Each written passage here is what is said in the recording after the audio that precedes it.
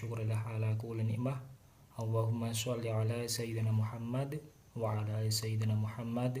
Rabbi syrah li sadri wa yassir amri wahlul 'uqdatam min lisani yafqahu qawli. Amin ya rabbal alamin. Selamat ya atas keberhasilan kalian yang telah menyelesaikan pendidikan pada jenjang sekolah menengah pertama atau madrasah tsanawiyah dan diterima di sekolah menengah atas atau sederajat. Keberhasilan ini sudah sepatutnya kalian syukuri karena keberhasilan kalian merupakan anugerah dan nikmat yang diberikan Tuhan Yang Maha Esa. Rasa syukur kalian kepada Tuhan Yang Maha Esa sebagai seorang pelajar adalah dengan menunjukkan semangat belajar yang tinggi dalam rangka mengembangkan potensi diri. Hal ini dapat kalian tunjukkan dengan memahami dan mempelajari pada sajian di video ini. Selain itu, kembangkanlah cara belajar secara mandiri dan bekerja sama dengan teman kalian dalam menyelesaikan tugas-tugas di video ini. Kalian saat ini akan segera memulai mempelajari pada bab pertama, yaitu tentang nilai-nilai Pancasila dalam kerangka praktik penyelenggaraan pemerintah negara, di mana hal itu didasarkan pada Undang-Undang Dasar Negara Republik Indonesia tahun 1945. Setelah kalian memahami video ini, kalian diharapkan mampu untuk menganalisis nilai-nilai Pancasila dalam kerangka praktik penyelenggaraan pemerintahan negara Kesatuan Republik Indonesia.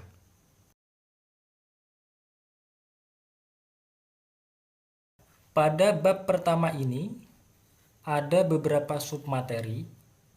Yang pertama adalah sistem pembagian kekuasaan negara. Yang kedua, lembaga eksekutif sebagai penyelenggara negara Republik Indonesia. Yang ketiga, sistem penyelenggaraan pemerintah Republik Indonesia. Dan yang keempat adalah nilai-nilai Pancasila dalam penyelenggaraan pemerintah.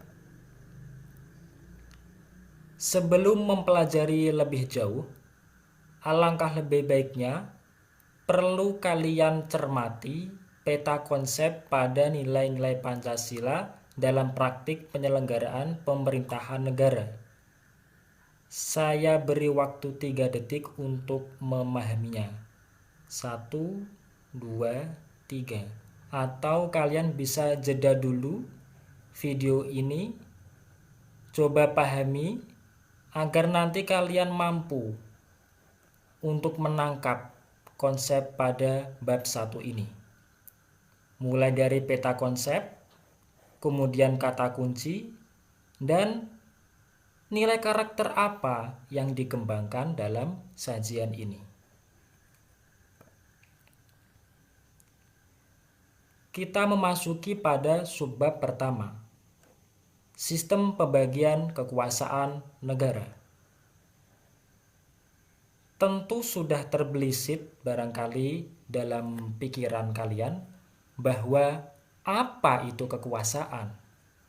Kekuasaan adalah kemampuan seseorang untuk memengaruhi orang lain supaya melakukan tindakan yang dikehendaki atau diperintahkannya. Misalnya, guru memberikan tugas kepada siswa. Contoh lain, ketua kelas mengordinir kelasnya. Contoh lainnya, orang tua menyuruh anak untuk belanja. Dan contoh lainnya misalnya, kepala desa mempunyai kekuasaan terhadap warganya. Sistem pembagian kekuasaan negara. Perlu kita pahami terlebih dahulu apa yang dimaksud dengan pembagian kekuasaan. Menurut Muhammad Kusnardi dan Harmaili Ibrahim, pembagian kekuasaan itu memang dibagi-bagi dalam beberapa bagian, yaitu legislatif, eksekutif, dan yudikatif. Tetapi tidak dipisahkan karena dimungkinkan adanya sebuah koordinasi. Sedangkan menurut Jimli As-Siddiqi, kekuasaan harus dibatasi dengan cara memisahkan ke dalam cabang-cabang yang bersifat check and balance dalam kedudukan yang sederajat dan saling mengimbangi serta mengendalikan satu sama lain. Dari beberapa pengertian pembagian kekuasaan tersebut, kita dapat menarik kesimpulan bahwa pembagian kekuasaan adalah wewenang yang dimiliki oleh negara, baik itu memerintah, mewakili, mengurus, dan seterusnya, dibagi menjadi beberapa bagian, yaitu legislatif, eksekutif, dan yudikatif yang diberikan kepada beberapa lembaga negara untuk menghindari pemusatan kekuasaan atau wewenang pada satu pihak atau lembaga tertentu. Kemudian, jenis-jenis pembagian kekuasaan. Ada dua jenis pembagian kekuasaan. Yang pertama adalah horizontal. Kekuasaan horizontal adalah kekuasaan yang dibagi dalam lembaga-lembaga negara yang sederajat dan saling mengimbangi atau check and balance. Kekuasaan horizontal meliputi legislatif, eksekutif, dan yudikatif. Kekuasaan yang kedua adalah secara vertikal, yaitu perwujudan kekuasaan dibagi secara vertikal ke bawah kepada lembaga-lembaga tinggi negara, dibagi lembaga pemegang kedaulatan rakyat. Itu adalah jenis-jenis pembagian kekuasaan.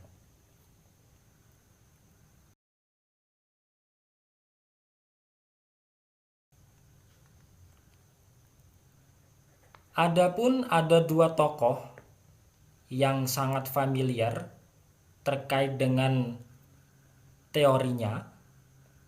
Yang pertama adalah John Locke. Dalam bukunya yang berjudul Two Treatises of Government, mengusulkan agar kekuasaan di dalam suatu negara itu dibagi dalam organ-organ negara yang mempunyai fungsi yang berbeda-beda. Menurut John Locke, agar pemerintah tidak bertindak sewenang-wenang, maka harus ada pembagian pemegang kekuasaan ke dalam 3 macam kekuasaan. Yang pertama, legislatif, yaitu membuat undang-undang. Yang kedua, eksekutif, yaitu melaksanakan undang-undang. Dan yang ketiga adalah federatif, yaitu melakukan hubungan diplomatik dengan negara-negara lain. Kemudian Montesquieu, seorang pemikir berkebangsaan Prancis yang mengemukakan teorinya atau dikenal dengan trias politika. Menurut Montesquieu dalam teorinya tersebut, untuk tegaknya suatu negara demokrasi perlu diadakan pemisahan kekuasaan negara ke dalam 3 organ. Yaitu pembagiannya adalah yang pertama, kekuasaan legislatif, yaitu membuat undang-undang. Yang kedua, eksekutif, yaitu melaksanakan undang-undang. Dan yang ketiga adalah yudikatif, yaitu mengadili pelanggaran atas undang-undang. Lantas, bagaimana dengan sistem pembagian kekuasaan di Indonesia? Ada 2 cara, yaitu secara horizontal dan vertikal. Sistem pembagian kekuasaan di Indonesia. Pembagian kekuasaan secara horizontal di tingkat pemerintah pusat. Yang pertama adalah kekuasaan legislatif. Kekuasaan legislatif adalah kekuasaan membuat undang-undang atau rule making function, yaitu oleh DPR atau Dewan Perwakilan Rakyat.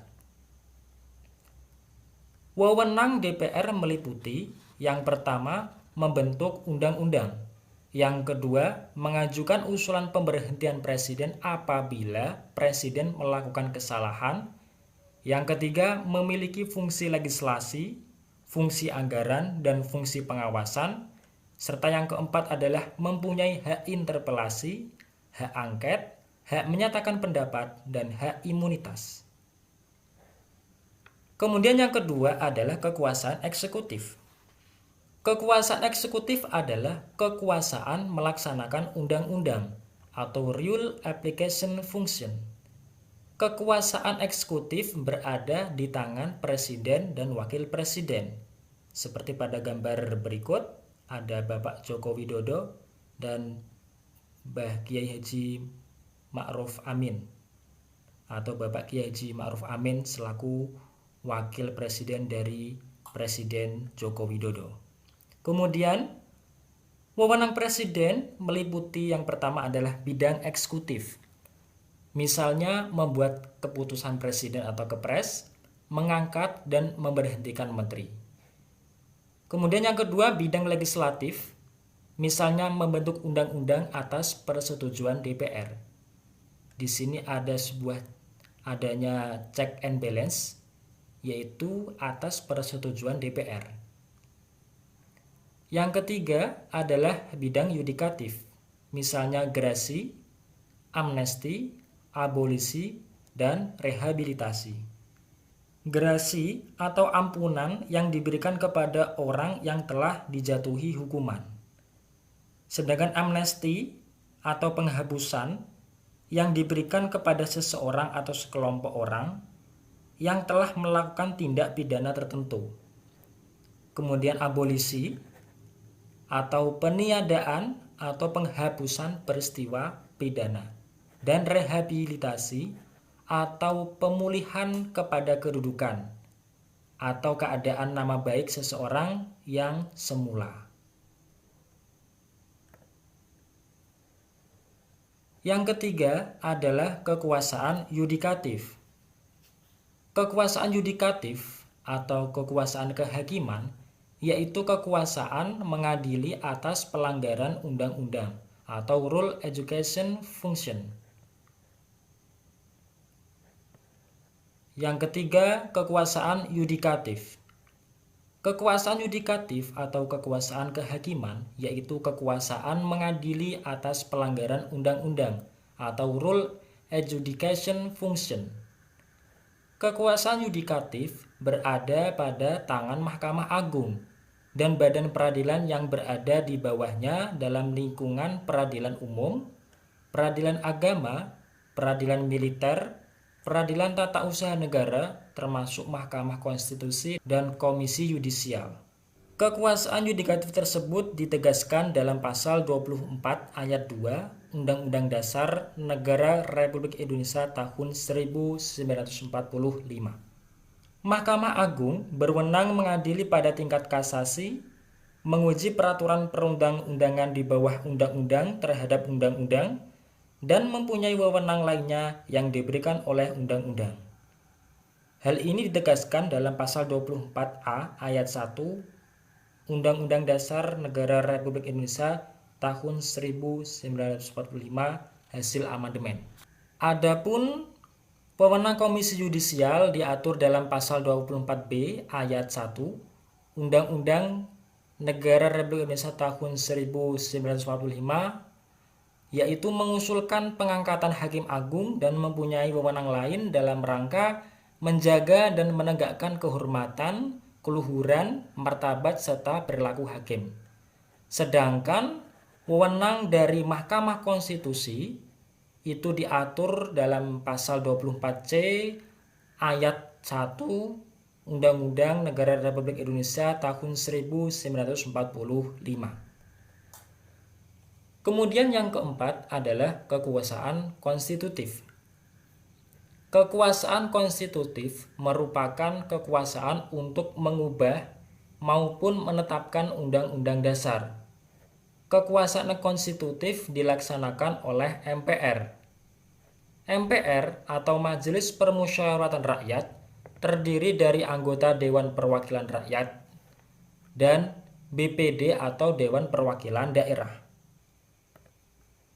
Kemudian yang kelima adalah kekuasaan eksaminatif. Kekuasaan eksaminatif atau inspektif adalah kekuasaan yang berkaitan dengan pelaksanaan pemeriksaan atas pengelolaan dan tanggung jawab keuangan negara, yaitu oleh BPK atau Badan Pemeriksa Keuangan. Wewenang BPK meliputi 1. Memeriksa tanggung jawab keuangan negara dan memberitahukan hasil pemeriksaan kepada DPR, DPRD, dan DPD. Yang kedua, memeriksa semua pelaksanaan APBN. Dan yang ketiga, memeriksa tanggung jawab pemerintah tentang keuangan negara. Yang keenam adalah kekuasaan moneter. Kekuasaan moneter merupakan kekuasaan yang dimiliki oleh negara untuk menetapkan dan melaksanakan kebijakan moneter seperti mengatur dan menjaga kelancaran sistem pembayaran serta memelihara kestabilan nilai rupiah. Kekuasaan moneter diamanatkan kepada Bank Indonesia. Kemudian, pembagian kekuasaan secara horizontal di tingkat pemerintah daerah. Pemerintah daerah adalah penyelenggaraan urusan pemerintahan oleh pemerintah daerah dan Dewan Perwakilan Rakyat Daerah menurut asas otonomi dan tugas pembantuan dengan prinsip otonomi seluas-luasnya dalam sistem dan prinsip negara kesatuan Republik Indonesia. Hal tersebut sesuai dalam Undang-Undang Republik Indonesia Nomor 23 Pasal 2 Tahun 2014 tentang Pemerintahan Daerah. Selanjutnya, pembagian kekuasaan secara vertikal. Kalau tadi secara horizontal, sekarang kita memasuki kekuasaan secara vertikal. Pembagian kekuasaan secara vertikal ditegaskan dalam pasal 18 Undang-Undang Negara Republik Indonesia tahun 1945. Kemudian, Undang-Undang Nomor 23 Tahun 2014 tentang Sistem Pemerintahan Daerah ditegaskan adanya pembagian kewenangan antara pemerintahan pusat dan daerah, yaitu 1. Pemerintahan daerah menjalankan otonomi daerah. 2. Urusan pemerintahan pusat meliputi politik luar negeri, pertahanan dan keamanan, justisi, moneter dan fiskal nasional, dan agama. Sedangkan lainnya menjadi urusan daerah. Yang ketiga, urusan pemerintahan yang diserahkan kepada daerah disertai sumber pendanaan, pengalihan sarana dan prasarana, serta kepegawaian sesuai dengan urusan yang disentralisasikan. Dan yang keempat adalah peran pemerintah pusat dalam kerangka otonomi daerah serta menciptakan kesejahteraan rakyat, yaitu meliputi melakukan pembinaan dengan memberikan pedoman seperti dalam penilaian, pengembangan, perencanaan dan pengawasan, kemudian memberikan standar, arahan, bimbingan, pelatihan, supervisi, pengendalian, koordinasi, pemantauan dan evaluasi, dan memberikan fasilitas, yaitu berupa pemberian peluang kemudahan dan bantuan, dan dorongan kepada daerah agar dalam melaksanakan otonomi daerah dapat dilakukan secara efisien dan efektif sesuai dengan peraturan perundang-undangan. Info kewarganegaraan. Setelah reformasi, MPR menjadi lembaga negara yang sejajar dengan kedudukannya dengan lembaga-lembaga negara lainnya, bukan lagi merupakan penjelmaan seluruh rakyat Indonesia melaksanakan kedaulatan rakyat. Perubahan Undang-Undang Dasar Negara Republik Indonesia tahun 1945 telah mendorong penataan ulang posisi lembaga-lembaga negara, terutama mengubah kedudukan, fungsi, dan kewenangan MPR dianggap tidak selaras dengan prinsip demokrasi dan kedaulatan rakyat sehingga sistem ketatanegaraan dapat berjalan optimal. Selanjutnya adalah tugas 1 dan latihan 1. Saya kira tidak perlu saya bacakan, akan tetapi kalian bisa menjeda videonya dan bisa diperhatikan dengan baik.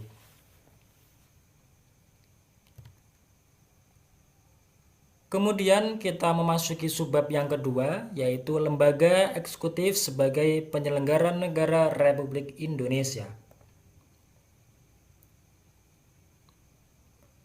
Lembaga eksekutif sebagai penyelenggara negara Republik Indonesia. Pengertian penyelenggara negara.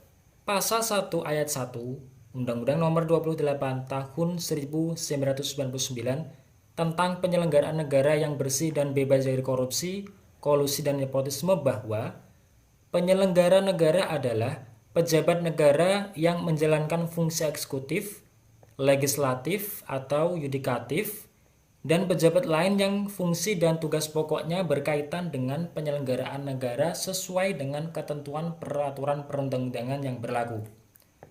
Dalam arti sempit, penyelenggaraan negara tidak mencakup lembaga-lembaga negara yang tercantum dalam UUD NRI tahun 1945. Sedangkan dalam arti luas, penyelenggaraan negara mengacu pada tataran suprastruktur politik, yaitu lembaga negara dan lembaga pemerintah maupun pada tatanan infrastruktur politik seperti organisasi politik dan organisasi kemasyarakatan. Kemudian, siapa sajakah penyelenggara negara Republik Indonesia? Para penyelenggara negara ditegaskan dalam pasal 2 Undang-Undang Nomor 28 Tahun 1999 tentang penyelenggaraan negara yang bersih dan bebas dari korupsi, kolusi, dan nepotisme, yaitu meliputi yang pertama adalah pejabat negara pada lembaga tertinggi negara, kemudian ada menteri, ada pejabat negara pada lembaga negara tinggi negara, ada gubernur, kemudian hakim, kemudian pejabat negara lain sesuai dengan ketentuan peraturan perundang-undangan yang berlaku, dan pejabat lain yang memiliki fungsi strategis dalam kaitannya dengan penyelenggaraan negara.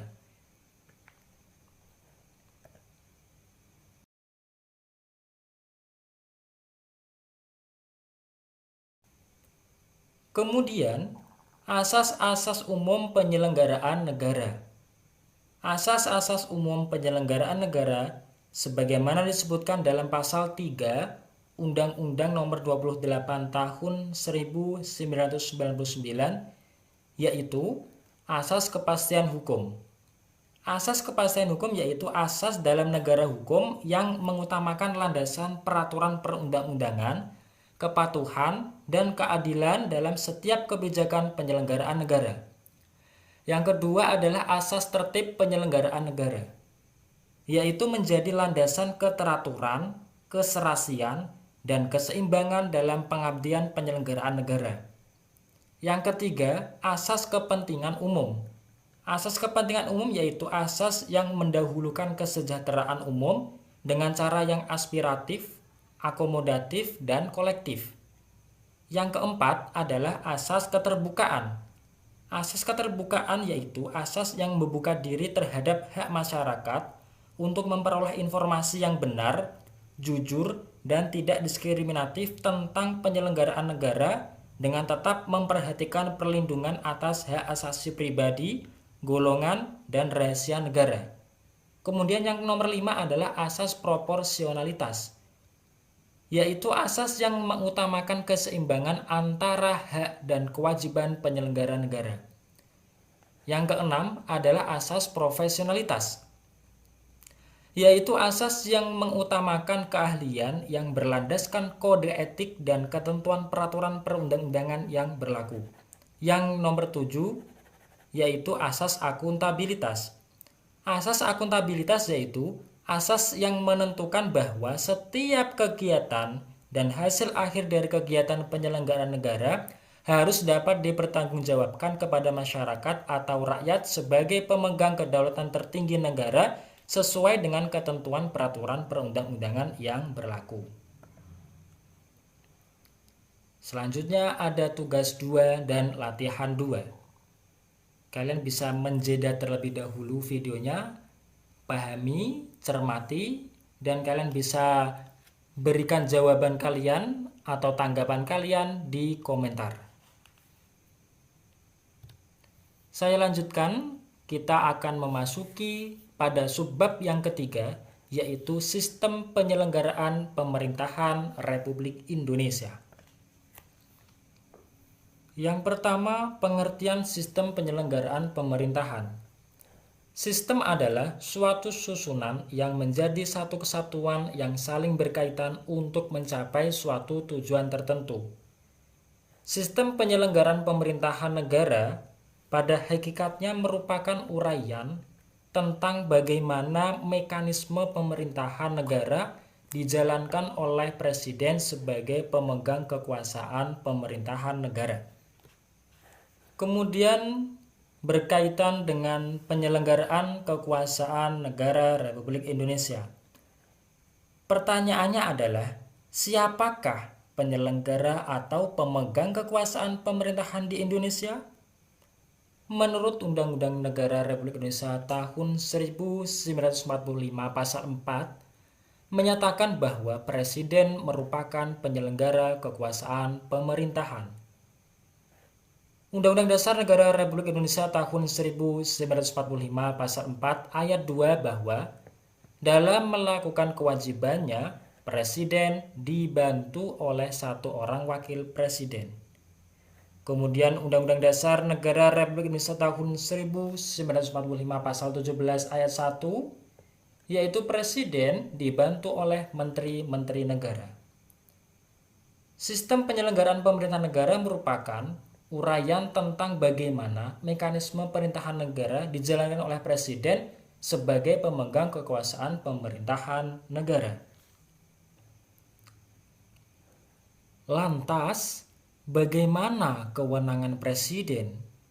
Adapun kewenangan presiden, yang pertama, memegang kekuasaan tertinggi Angkatan Darat, Angkatan Udara, dan Angkatan Laut. Yang kedua, menyatakan perang, membantu perdamaian dan perjanjian dengan negara lain dengan persetujuan DPR. Yang ketiga, dalam membuat perjanjian lainnya yang menimbulkan akibat luas dan mendasar bagi kehidupan rakyat yang terkait dengan beban keuangan negara dan atau mengharuskan perubahan atau pembentukan undang-undang harus dengan persetujuan DPR. Yang keempat, menyatakan keadaan bahaya apapun itu, misalnya di era sekarang, bahaya terkait dengan pandemi virus corona. Kemudian nomor 5, mengangkat duta dan konsul. Nomor 6, menerima penempatan duta negara lain dengan memperhatikan pertimbangan DPR. Yang ketujuh, memberi garasi dan rehabilitasi dengan memperhatikan pertimbangan Mahkamah Agung. Nomor 8, memberi abolisi dan amnesti dengan memperhatikan pertimbangan DPR. Nomor 9, memberi gelar, tanda jasa, dan lain-lain tanda kehormatan yang diatur oleh undang-undang. Nomor 10, membentuk Dewan Pertimbangan. Selanjutnya nomor 11, membahas rancangan undang-undang untuk mendapatkan persetujuan bersama DPR. Nomor 12, mengesahkan rancangan undang-undang yang telah disetujui bersama DPR untuk menjadi undang-undang. Nomor 13, dalam hal ihwal kepentingan memaksa, berhak menetapkan peraturan pemerintah sebagai pengganti undang-undang. Nomor 14, mengajukan RUU APBN untuk dibahas bersama DPR dengan mempertimbangkan DPD. Nomor 15, meresmikan anggota BPK yang telah dipilih oleh DPR atas dasar pertimbangan DPD. Nomor 16, menetapkan calon hakim agung yang diusulkan Komisi Yudisial dan telah mendapat persetujuan DPR untuk menjadi hakim agung. Nomor 17, mengangkat dan memberhentikan anggota Komisi Yudisial dengan persetujuan DPR. Nomor 18, menetapkan dan mengajukan anggota Komisi Yudisial. Itu adalah kewenangan dari presiden. Nomor 3, lembaga-lembaga pemerintah sebagai penyelenggara pemerintahan negara. Berdasarkan Undang-Undang Nomor 23 Tahun 2014 bahwa pemerintah pusat atau pemerintah adalah Presiden Republik Indonesia yang memegang kekuasaan pemerintahan negara Republik Indonesia. Kemudian lembaga-lembaga pemerintah dibagi menjadi dua, yaitu lembaga pemerintah tingkat pusat dan lembaga pemerintah tingkat daerah. Lembaga pemerintah tingkat pusat. Dalam penyelenggaraan pemerintahan, lembaga-lembaga pemerintah tingkat pusat meliputi Kementerian Negara. Kemudian nomor 2, lembaga pemerintah non-departemen atau LPND, atau lembaga pemerintah non-kementerian atau LPNK. Kemudian nomor 3, kesekretariatan yang membantu presiden. Nomor 4, Kejaksaan Agung. Nomor 5, perwakilan Republik Indonesia di luar negeri. Nomor 6, Tentara Nasional Indonesia. Nomor 7, Kepolisian Negara Republik Indonesia. Dan yang nomor 8 adalah badan atau ekstra struktural. Kemudian lembaga pemerintah tingkat daerah. Ada beberapa poin. Yang pertama adalah bahwa penyelenggara pemerintah daerah adalah pemerintah daerah dan Dewan Perwakilan Rakyat Daerah atau DPRD. Kemudian pemerintah daerah adalah gubernur, bupati atau wali kota, dan perangkat daerah. Kemudian lembaga pemerintah tingkat daerah disebut perangkat daerah. Dan kepala daerah dibantu oleh perangkat daerah. Kemudian perangkat daerah provinsi meliputi sekretariat daerah, sekretariat DPRD, dinas daerah, dan lembaga teknis daerah. Sedangkan perangkat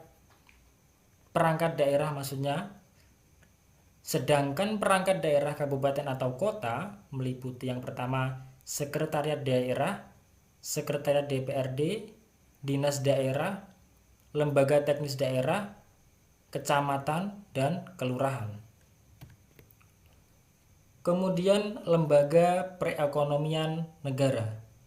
Dalam rangka penyelenggaraan pemerintahan negara juga dikenal adanya lembaga perekonomian negara atau yang disebut dengan Badan Usaha Milik Negara atau BUMN dan Badan Usaha Milik Daerah atau BUMD.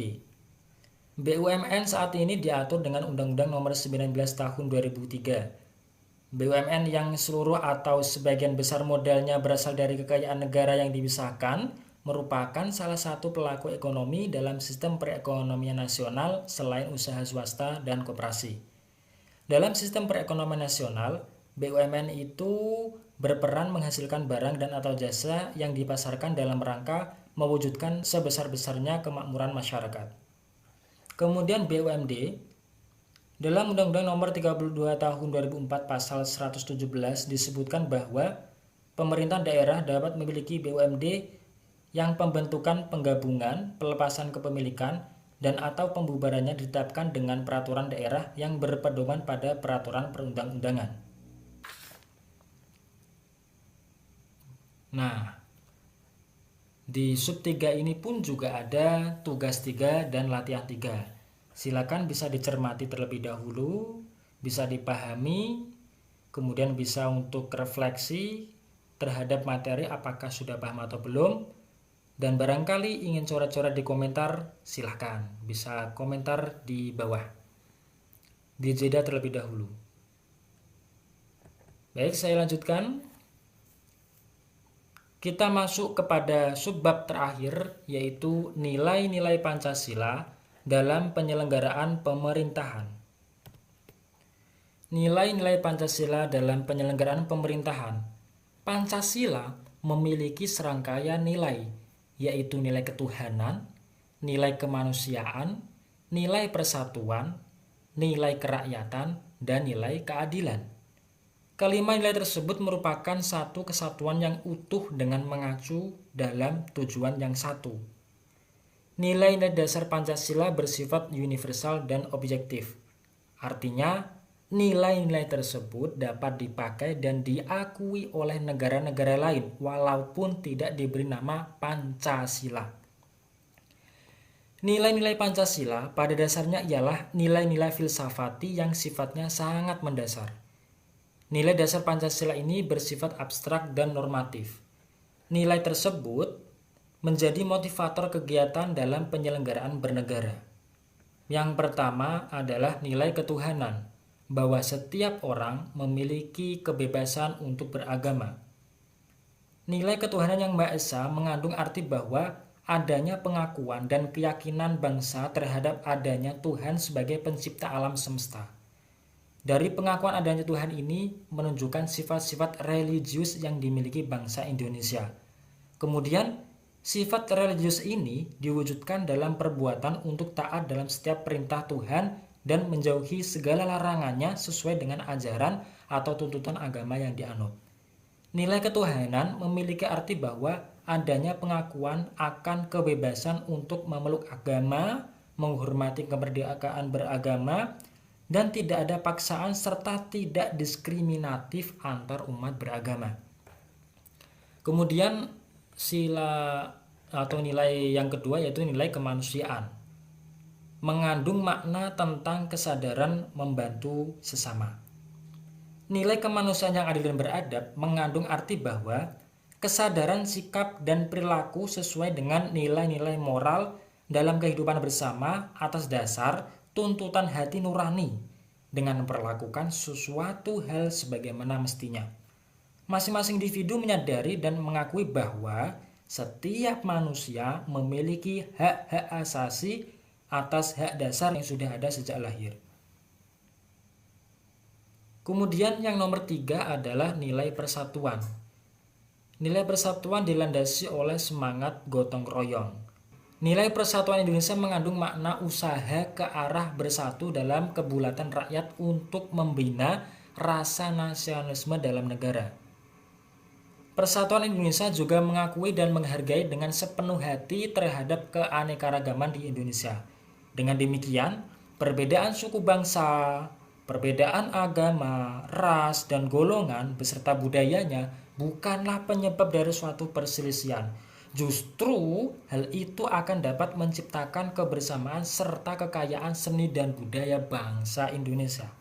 Kemudian yang nomor 4 adalah nilai kerakyatan. Nilai kerakyatan mencerminkan sikap mengambil keputusan dengan musyawarah untuk mufakat.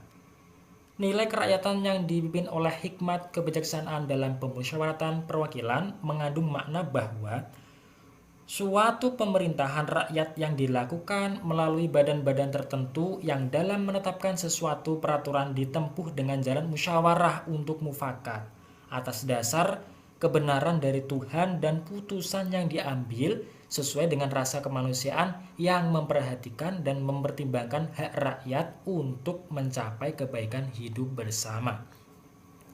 Kemudian yang nomor 5 yaitu nilai keadilan sosial bagi seluruh rakyat Indonesia, bahwa rakyat Indonesia itu menyadari akan hak dan kewajiban yang sama. Nilai keadilan sosial bagi seluruh rakyat Indonesia mengandung makna bahwa rakyat Indonesia itu menyadari antara hak dan kewajiban itu sama untuk mencapai keadilan sosial dalam masyarakat Indonesia.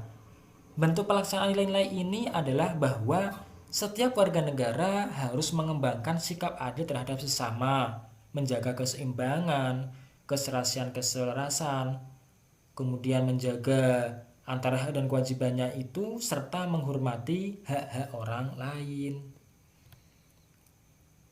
Nah, kita akan kupas satu persatu nilai-nilai sila dalam Pancasila. Nilai sila ketuhanan yang Maha Esa, bahwa yang pertama adalah pengakuan adanya kausa prima atau sebab pertama, yaitu Tuhan yang Maha Esa. Nomor 2, menjamin penduduk untuk memeluk agama masing-masing dan beribadah menurut agamanya. Nomor 3, tidak memaksa warga negara untuk beragama, tetapi diwajibkan memeluk agama sesuai hukum yang berlaku. Dan yang keempat, ateisme dilarang hidup dan berkembang di Indonesia. Nomor 5, menjamin berkembang dan tumbuh suburnya kehidupan beragama, toleransi antar umat, dan dalam beragama. Kemudian yang nomor 6 adalah negara memfasilitasi bagi tumbuh kembangnya agama dan iman warga negara dan menjadi mediator ketika terjadi konflik antar agama. Kemudian nilai sila kemanusiaan yang adil dan beradab. Yang pertama, menempatkan manusia itu sesuai dengan hakikatnya sebagai makhluk Tuhan, karena manusia mempunyai sifat universal. Nomor 2, menjunjung tinggi kemerdekaan sebagai hak segala bangsa. Hal ini juga bersifat universal. Nomor 3, mewujudkan keadilan dan peradaban yang tidak lemah. Kemudian nilai sila persatuan Indonesia yang pertama adalah nasionalisme. Nomor 2 adalah cinta bangsa dan tanah air. Nomor 3, menggalang persatuan dan kesatuan bangsa. Nomor 4, menghilangkan penonjolan kekuatan atau kekuasaan, keturunan, dan perbedaan warna kulit. Dan yang nomor 5 adalah menumbuhkan rasa senasib dan sepenanggulangan. Kemudian nilai sila kerakyatan yang dipimpin oleh hikmat kebijaksanaan dalam permusyawaratan perwakilan. Yang pertama, hakikat sila ini adalah demokrasi. Demokrasi dalam arti umum yaitu pemerintahan dari rakyat, oleh rakyat, dan untuk rakyat. Kemudian yang kedua adalah permusyawaratan. Artinya mengusahakan putusan bersama secara bulat, baru sesudah itu diadakan tindakan bersama. Kemudian yang nomor tiga adalah dalam melakukan putusan diperlukan kejujuran bersama. Hal yang perlu diingat bahwa keputusan bersama dilakukan secara bulat sebagai konsekuensi adanya kejujuran bersama. Kemudian nomor 4 adalah perbedaan secara umum demokrasi di negara barat dan di negara Indonesia adalah terletak pada musyawarah atau permusyawaratan rakyat. Jadi ini yang menjadi ciri khas Indonesia dengan negara-negara lain. Oleh karena itu kita patut untuk meneruskan musyawarah mufakat. Kita perlu bangga juga terhadap Indonesia. Kemudian yang nomor 5 adalah nilai sila keadilan sosial bagi seluruh rakyat Indonesia. Yang pertama, kemakmuran yang merata bagi seluruh rakyat dalam arti dinamis dan berkelanjutan. Nomor 2, seluruh kekayaan alam dan sebagainya dipergunakan bagi kebahagiaan bersama menurut potensi masing-masing. Nomor 3, melindungi yang lemah agar kelompok warga masyarakat dapat bekerja sesuai dengan bidangnya. Itu adalah nilai-nilai sila dalam Pancasila. Seperti biasa, tiap subbab ada sebuah latihan untuk melihat, untuk mengetahui sejauh mana pengetahuan kalian terhadap materi atau dalam video ini. Tidak perlu saya baca, kalian bisa menjeda terlebih dahulu video ini. Silakan bisa dijeda.